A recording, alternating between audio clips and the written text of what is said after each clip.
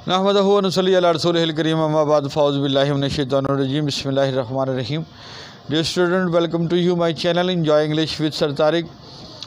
जी students, class 11 हम lecture की series जो है इसमें आपको पता है चौथा लेक्चर है। चौथे लेक्चर में चौथा लेसन होगा। इसमें इंपॉर्टेंट पैराग्राफ्स होंगे, 10 पेयर ऑफ वर्ड्स होंगे और फिर एप्लीकेशन होगी। तो देखते हैं आज चौथा लेसन और इम्पॉर्टेंट पैराग्राफ। जो पहला पैराग्राफ है यहाँ से, sweat popped out on the boy's face, लड़के के चेहरे पर से पसीना बह निकला। And he began to struggle, और उसने छुड़वाने की कोशिश शुरू कर दी। Mrs Jones stopped, Mrs Jones रुकी। Jerked him around in front of her, और उसको सामने से झटका दिया। Put a half nelson about his neck, उसकी गर्दन के गिर्द अपनी कोहनी लगाई। And continue to drag him up the street, और उसे गली में सामने की तरफ घसीटना शुरू कर दिया। When she got to her door, जब अपने दरवाजे पर पहुंची, she dragged the boy inside, उसने लड़के को अंदर की तरफ घसीटा। डाउन अ हॉल, और हॉल कमरे में ले गई। And into a large kitchenette furnished room at the rear of the house, और घर की पिछली जानिब एक किचन के सामान से सजे हुए कमरे में ले आई। She switched on the light, उसने रोशनी जलाई। And left the room door open, और दरवाजे को खुला रहने दिया। The boy could hear other roomers laughing and talking in the large house, लड़का सुन सकता था कि उस घर में और भी लोग जो बातें कर रहे थे, हंस रहे थे। Some of the doors were open, कुछ के तो दरवाजे भी खुले थे। To so he knew he and the woman were not alone, और वो ये जानता था कि वो और वो औरत अकेले नहीं थे। अब चलते हैं दूसरे पैराग्राफ की तरफ।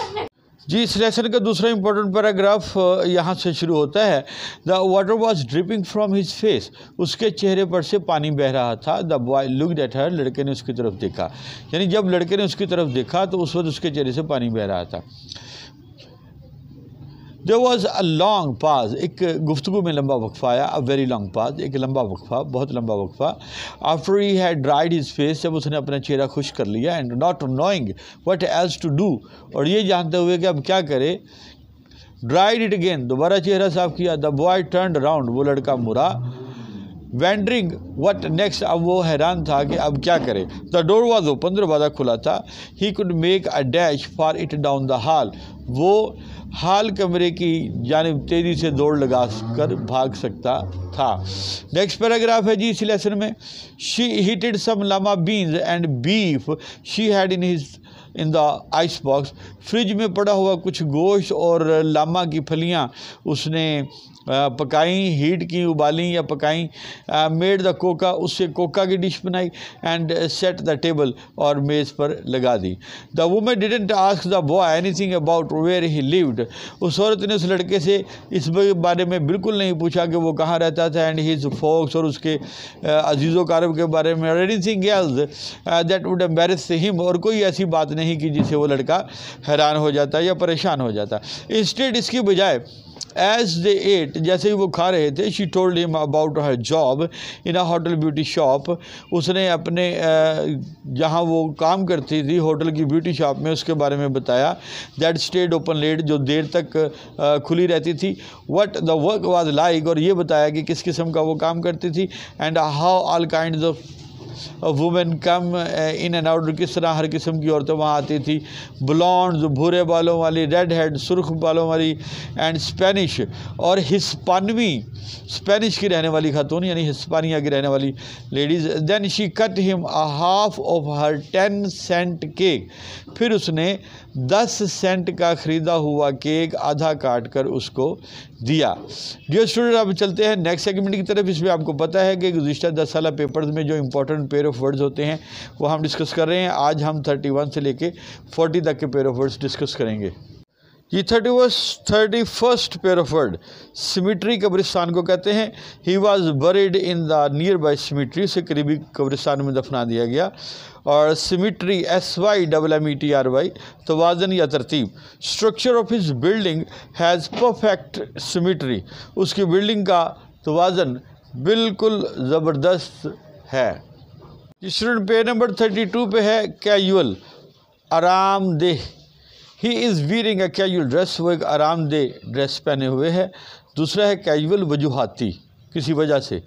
There is a casual link between laziness and failure, सुस्ती और नाकामी के दरमियान एक वजूहाती राबिता है। चेक, पड़ताल करना।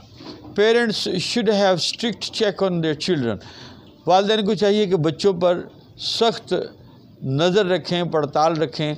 चेक, बैंक का cheque, I want to draw a cheque, मैं एक चेक ड्रा करवाना चाहता हूँ। साइट, हवाला देना। ही always sites from the English novel, वो हमेशा इंग्लिश नावल से हवाला देता है। 2018 में ये 4 टाइम आ चुका है, और ये सारे आपने देखे होंगे 10 ईयर्स पेपर में काफ़ी दफ़ा आ चुके हैं। साइट, SIGHT, साइट, नज़र।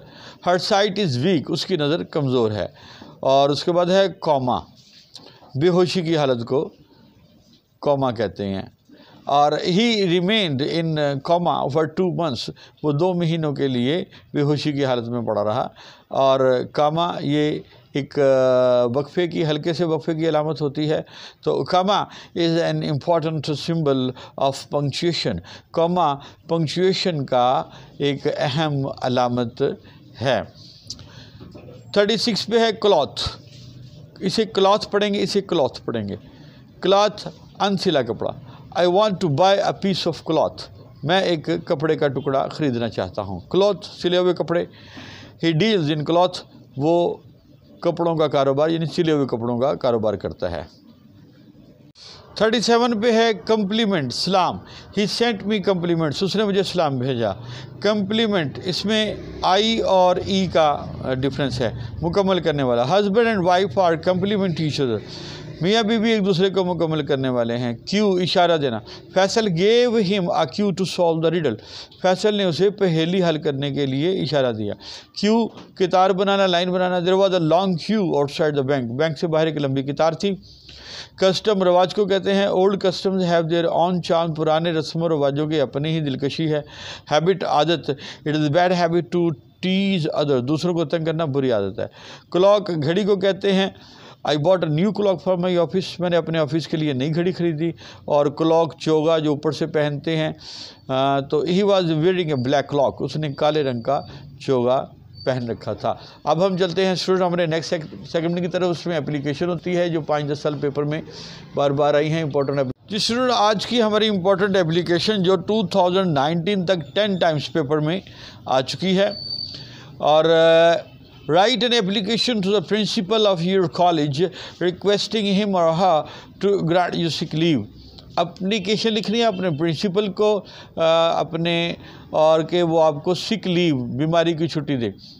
तो डियर स्टूडेंट, हर दफ़ा बताया जाता है कि आपने कैपिटल लेटर्स और कामत वगैरह का स्पेशली ख्याल रखना है, क्योंकि इनके मार्क्स होते हैं। जब प्रिंसिपल में दा का टी बड़ा, प्रिंसिपल का पी बड़ा, बड़ा से बड़ा कैपिटल लेटर, और यहाँ पर आपने कामा देना है। और गवर्नमेंट का जी बड़ा लिख के शॉर्ट फॉर्म में लिखते हैं तो आगे फुल स्टॉप देते हैं। अगर शॉर्ट फॉर्म में नहीं लिखते, पूरे स्पेलिंग लिख रहे हैं तो फिर फुल स्टॉप नहीं देते हैं।